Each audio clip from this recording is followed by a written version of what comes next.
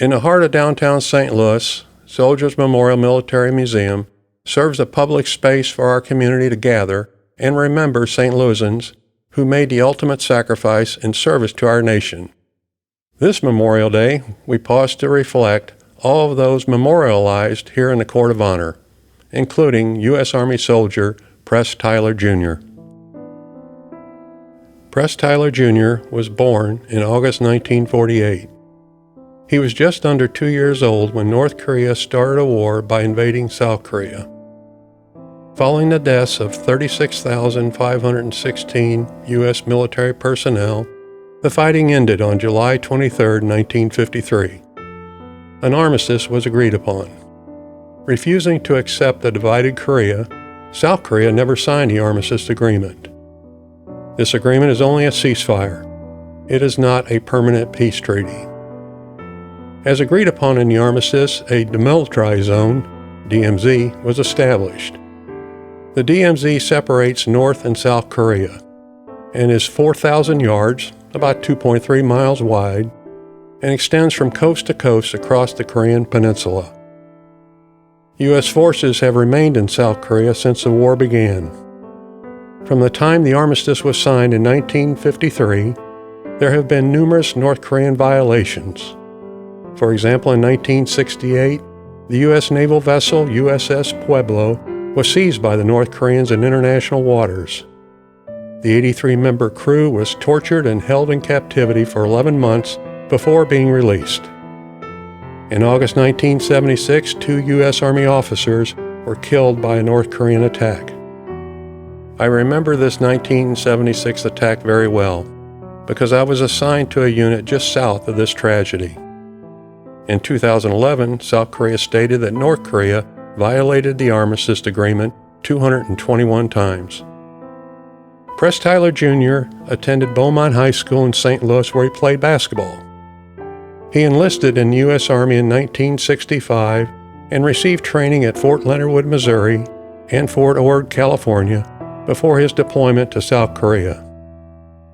On February 12, 1967, Specialist Tyler was a member of a 9-man patrol which was led by Sergeant Edward DeTunk.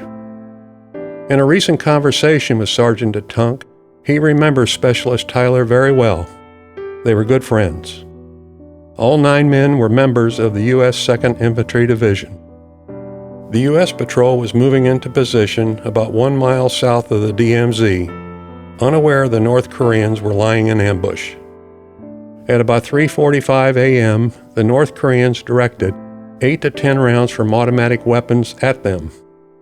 The patrol returned fire, and the North Koreans fled back into North Korea. Specialist 4th Class Press Tyler Jr. from St. Louis was killed in that ambush. No other members of the patrol were injured. When confronted with the facts of the ambush, the North Korean government denied the event occurred. 2 days after the attack, a memorial service was conducted for Specialist Tyler at Kimpo Air Base as his body was placed in a plane for the return flight to the United States. A chaplain delivered the eulogy.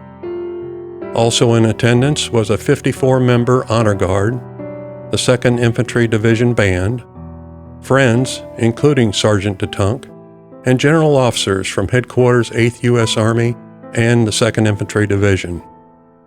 The customary expression of a nation's gratitude for a fallen soldier included a 3-volley salute and a dip of the division colors.